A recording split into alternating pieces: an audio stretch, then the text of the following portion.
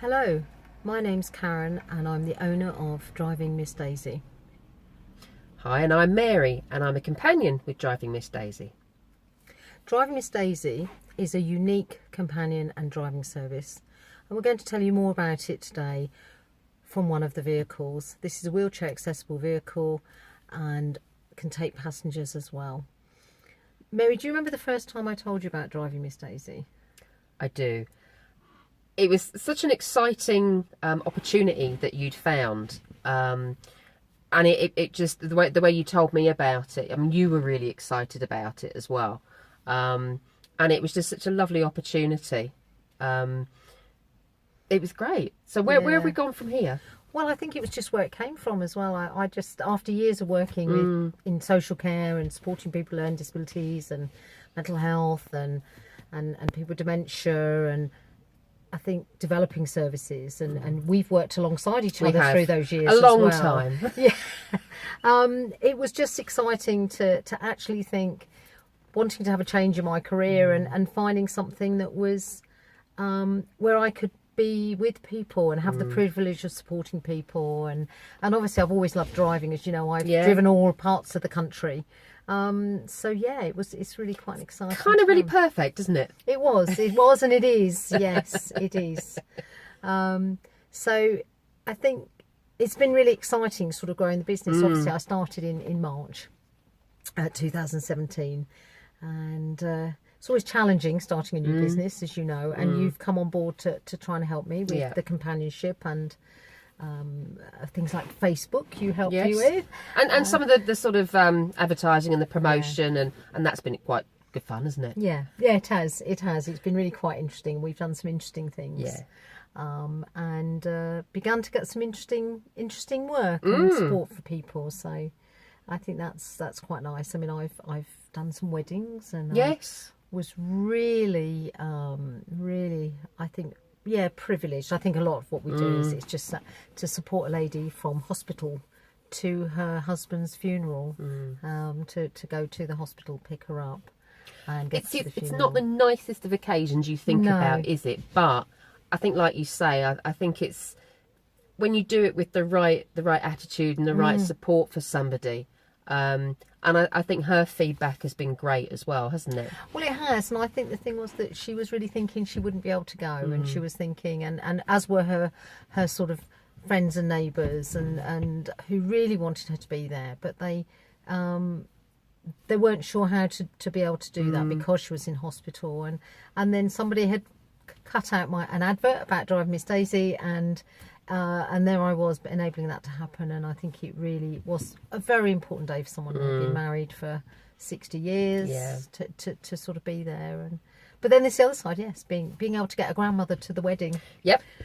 You know, and see her granddaughter getting married, sort of going down, you know, taking an hour to go down and pick someone up, and then be able to stay as long as they want, and then to be able to go home when they want. Yeah.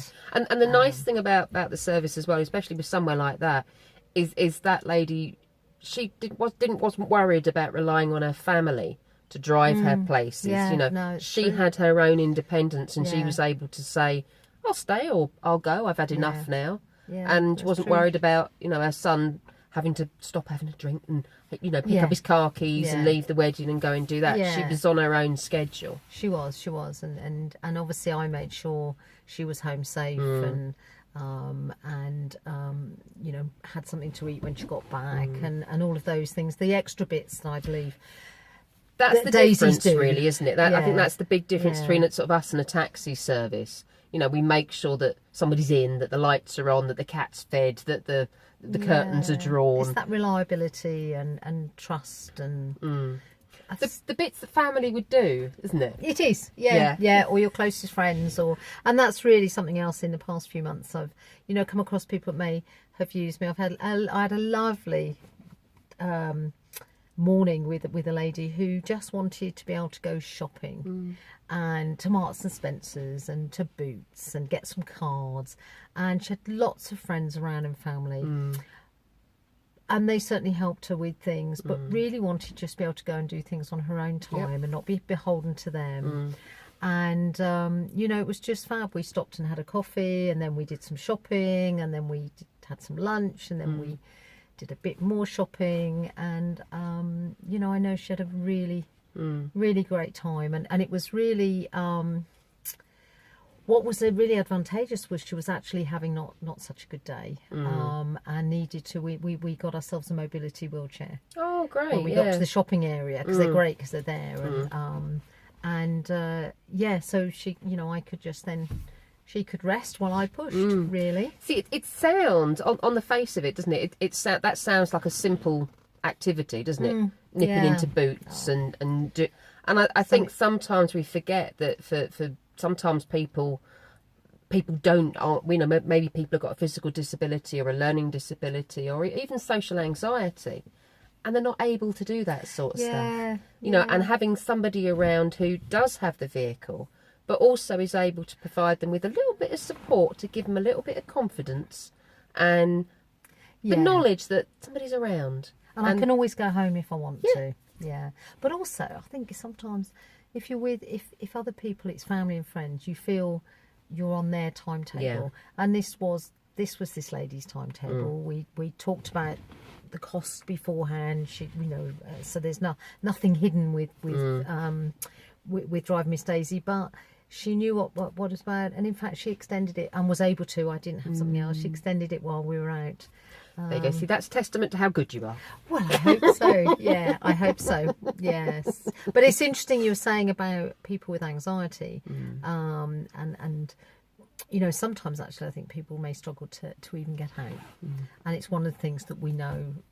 We've talked about wanting to sort of grow, and if somebody is stuck at home, to maybe help begin to develop a relationship with them there, and then maybe be able to get them to be able to get out, because it's not good for anyone to be stuck in their home.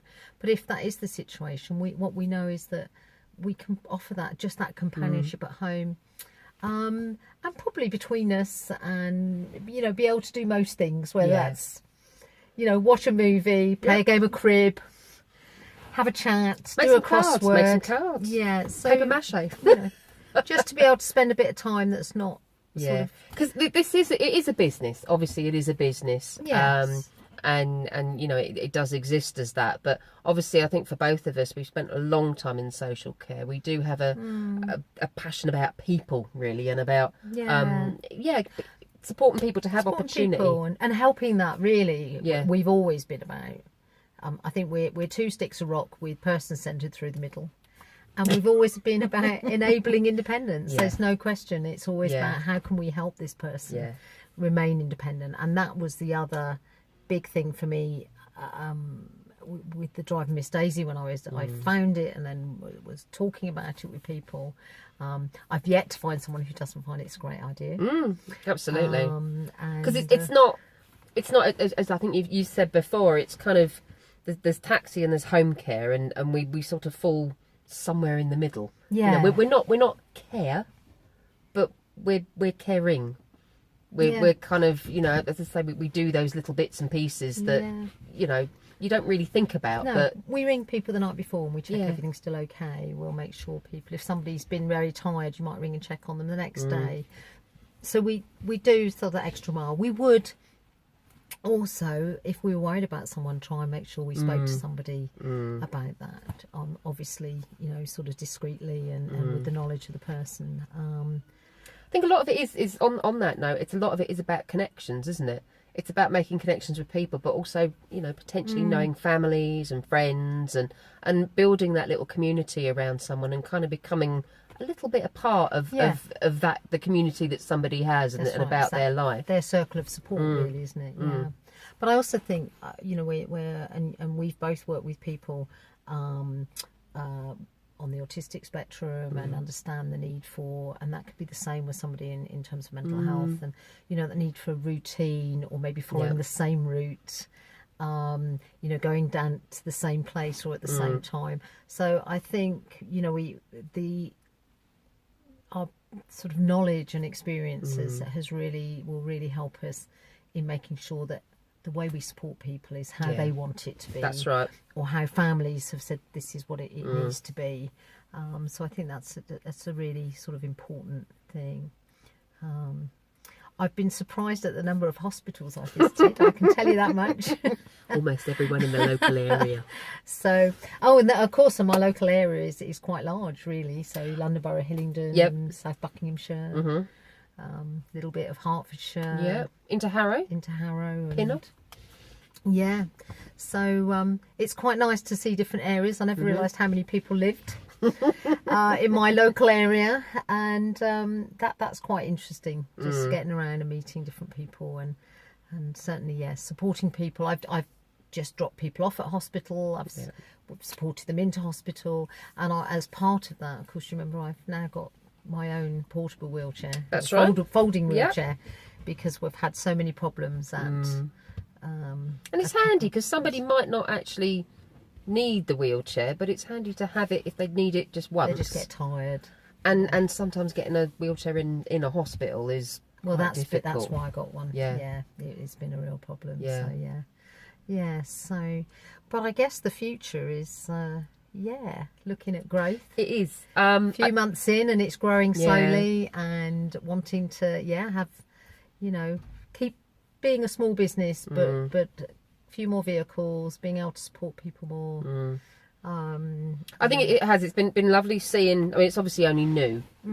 Obviously only still new, but seeing how far it's sort of grown just even in these last few months, and just looking forward to where we can take it. Really exciting. Yeah, absolutely. And I think all we can say now is we do hope that you can see that Driving Miss Daisy is the business with a heart.